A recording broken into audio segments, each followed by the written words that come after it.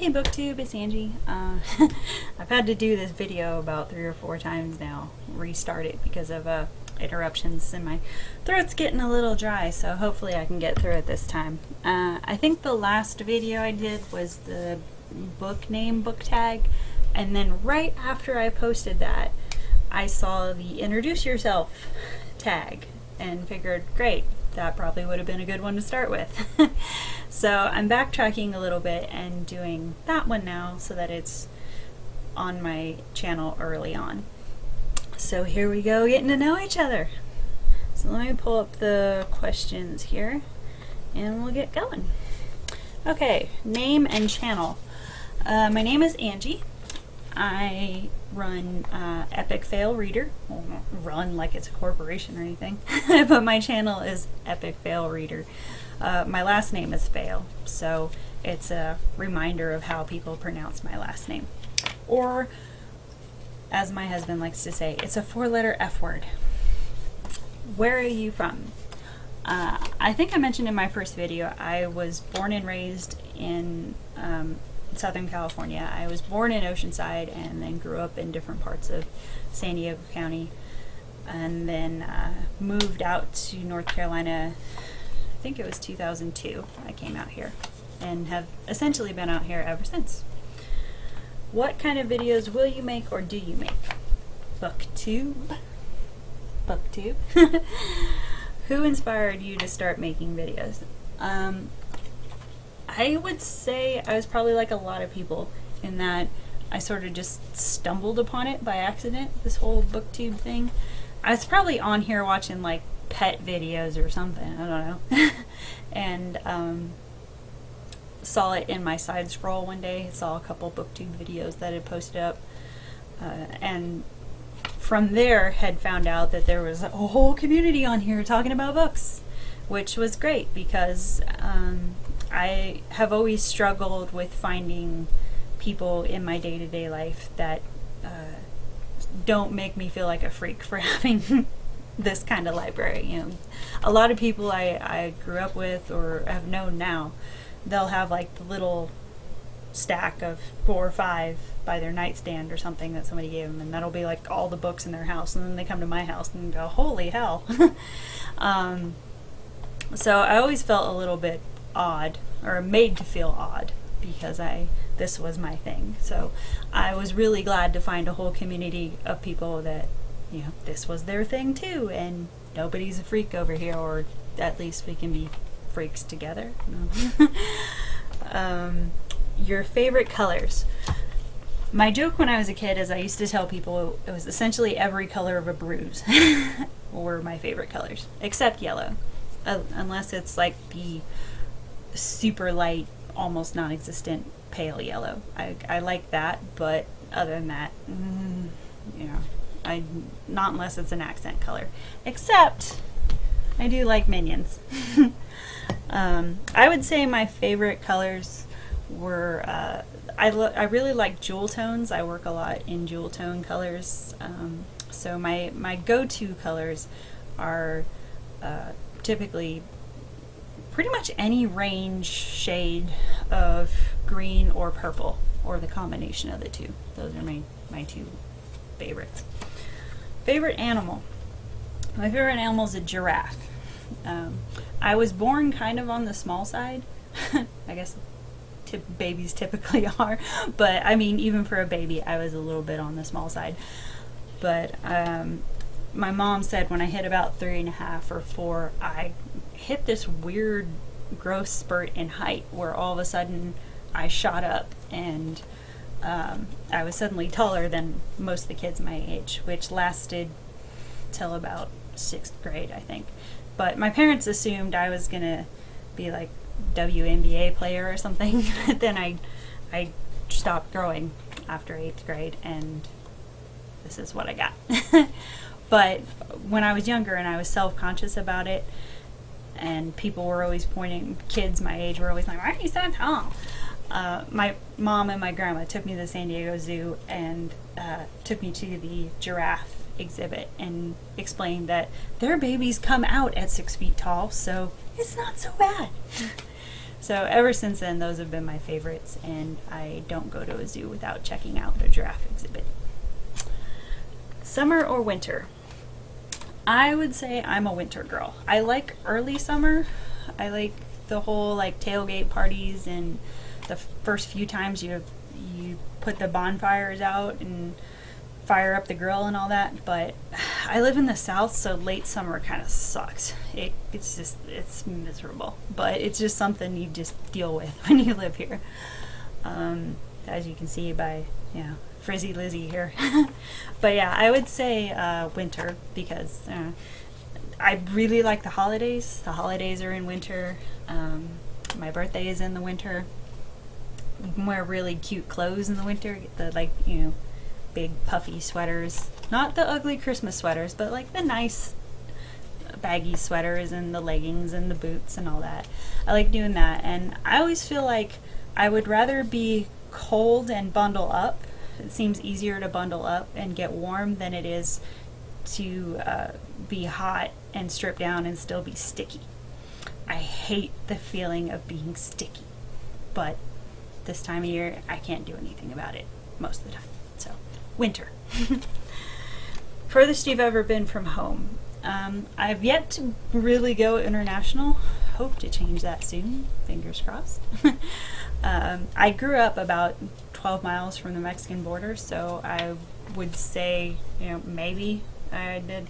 You could say I dipped my toe in Tijuana, maybe. But that's about as close as I got. When I lived in California, the furthest I had been out on the East Coast, I would say probably Washington, D.C. or Virginia area in there.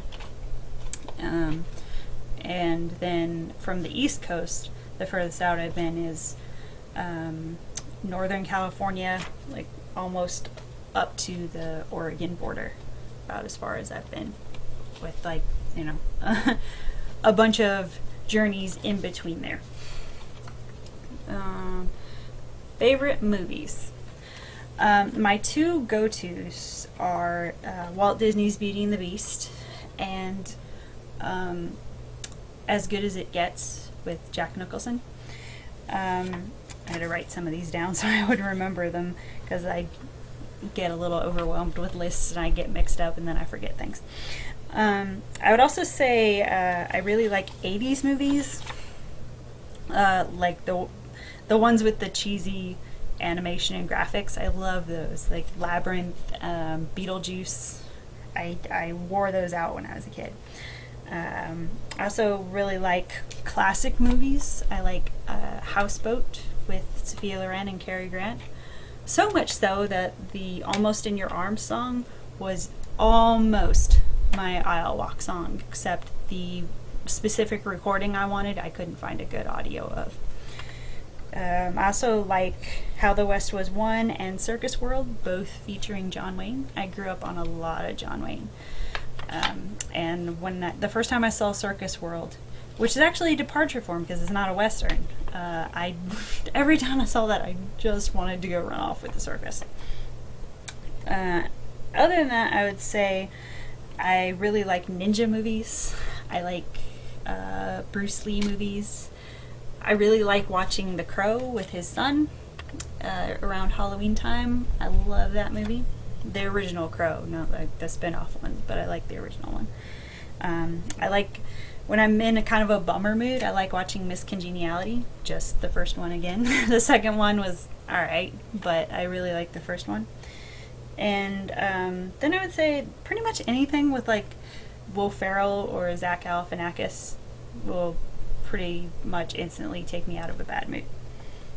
Oh, and then there's this thing with Dirty Dancing, which the girls will probably be like, yes, which is the fact that it's not really on my favorites list, but if I see it on TV, I am compelled to sit there and watch it, even though I've seen it hundreds of times already. I just... so, yeah. Going along with ninja movies, I have a lot of people give me grief about this, but not just ninja movies. I love martial arts movies, and one of my weaknesses that I usually keep under wraps, but I'll go ahead and say it. I really like the movie Only the Strong, which is, I think it was made back in the 90s, but it features this guy who teaches capoeira to a bunch of kids that are said to have disciplinary problems. And it's cheesy, but it just, I don't know, it makes me feel good when I watch it. So yeah, I would say those are some of my favorites. Upcoming movies. Is that the next one? Yes, upcoming movies. I don't go to the theater a lot, so normally I would say whatever Tim Burton has coming next, because he's one of my favorites. The one that popped into my head when I first saw this question, even though I think it's already on DVD already, is I was really excited to see the Grand Budapest Hotel with, I think it's with Ray Fiennes. I really wanted to see that one. And then when I went to, because I couldn't remember all the ones that are coming out or are out right now, so I looked them up, and I was like, oh yeah, there's actually a number of them out right now that I really wanted to see. So I said, How to Train Your Dragon 2, A Million Ways to Die in the West, the new Captain America movie, that Neighbors movie with Seth Rogen, the Tammy movie with Melissa McCarthy, the 22 Jump Street, the sequel to 21 Jump Street, which I loved the TV show when I was a kid. Probably just dated myself a little bit there, but that's okay. But yeah, I remember watching the TV show when I was a kid, and when I first heard that they were doing a movie translation with Jonah Hill, I was like, oh, they're gonna mess it up. They're gonna make it too silly. Even though the original premise was kind of like, it was a little cheesy, but I still loved it. But when I actually sat down and watched it, I really loved the movie edition, and so now I'm really excited to see the sequel. Also, Earth to Echo looks really cute, even though I still say that partly looks like a ripoff to Batteries Not Included. Oh, and then my husband reminded me that they're coming out with a Dumb and Dumber 2 pretty soon. I'm not sure about the date, but I think it's pretty soon. I was kind of burned by that sort of prequel sequel thing they made a few years back, because that was just lame as hell. But when I found out that they are doing an official sequel with Jeff Daniels and Jim Carrey, I'll be all over that, because I really loved the first one. There's just, if you can't laugh at that movie, we're probably not going to be that good of friends. Oh, and then I also read that they're coming out with a Night at the Museum 3. And right now, those two movies are some of my favorites. So I'm really excited about the third one. So yeah, I guess that would be the movies. Unreleased books you're looking forward to reading. That was kind of hard, because by the time I get to them, they've already been out for at least a little bit. So I couldn't really remember right off the top of my head what I had sort of mentally bookmarked to watch for. But then I did remember that Jennifer Niven, who's one of my favorite modern authors right now, she is releasing, I think it's on I wrote down the dates, July 16th. She's releasing American Blonde, which is the 4th book in her Velveteen series. And I have all the other ones, and it was one of my reading goals to reread that series before I get the new one coming out. So I'm looking forward to that one. Also, I guess July 10th, so just in a day or two, I found out about this book, Land of Love and Drowning, by Tiffany. I'm not sure if it's Yannick or Yannick. I'm not sure about the spelling, how you pronounce her last name. But for those of you who tend to be the people that say, oh, this was a total cover buy, check out this book, because it has a really gorgeous cover. But also the premise sounded really interesting to me too, so I'll be looking for that one. Amy Poehler has a memoir coming out in October called Yes Please, so that should be pretty funny. And then I didn't find out about it till today, but I had actually read that Sarah Waters, the author of Fingersmith, The Tipping the Velvet, Affinity, which I think I read either last year or the year before and loved, she's coming out with a new book in September called Paying Guests, which is sort of in the same dark, eerie vein of a lot of the other books she's written to date, so that would be another one that I'll definitely be watching for. Let's see. What do you like to splurge on? I would say books, except that I buy most of them at discount and from used bookstores, thrift stores, clearance bins, things like that. So the fact that I get them for dirt cheap doesn't really feel like a splurge. I would say occasionally I splurge on a really nice handbag that I think is really cute because, you know, girl. I like a nice handbag. I probably have more scarves than my husband really thinks is necessary, though he doesn't really give me crap about it. You know, he's like, hey, if it's your thing. But I have a lot of them, and they're just really good for fixing a plain outfit. But I would say probably the one that I can think of that would seem like a splurge to me is, since I've worked in the hotel industry, I've become a sheet snob. So I would say probably linens, towels.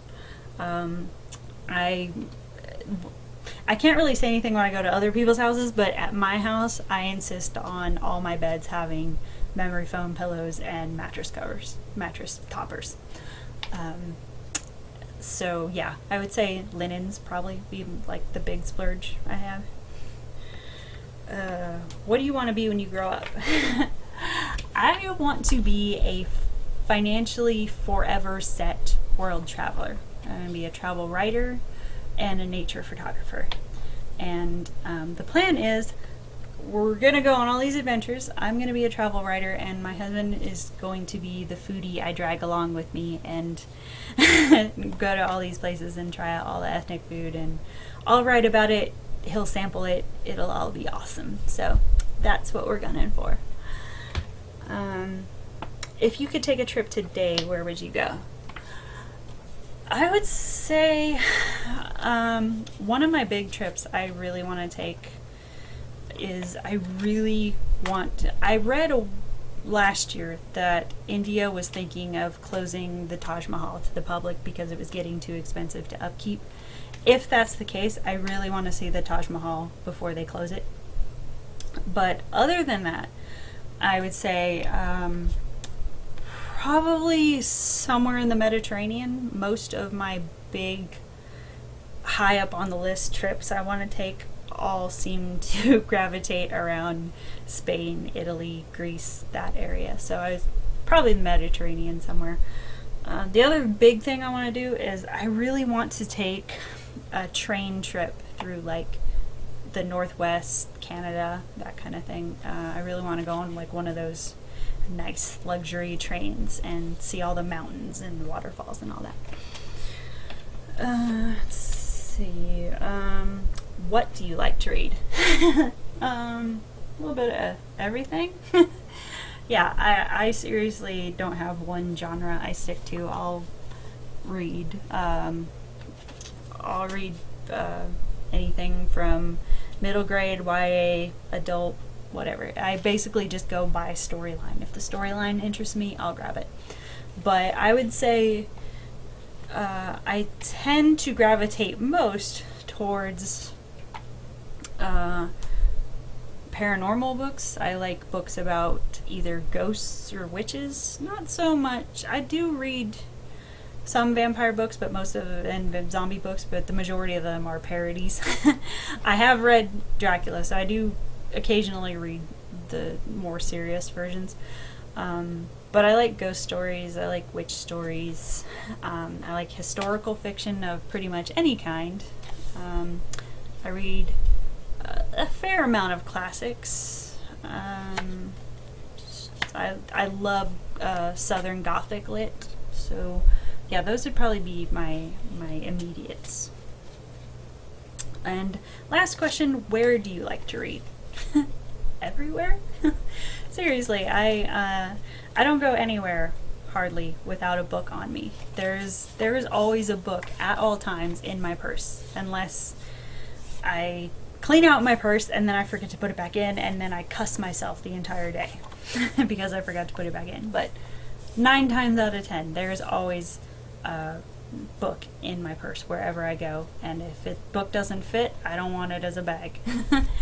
But I guess the simple answer to that would be really anywhere with, like, I guess a nice fuzzy soft blanket and great pillows. I'd, like, bundle up and read. That sounds awesome. So yeah, that's the introduce yourself tag, I guess. So yeah, if you have any other questions, let me know, and we'll see you in the next video.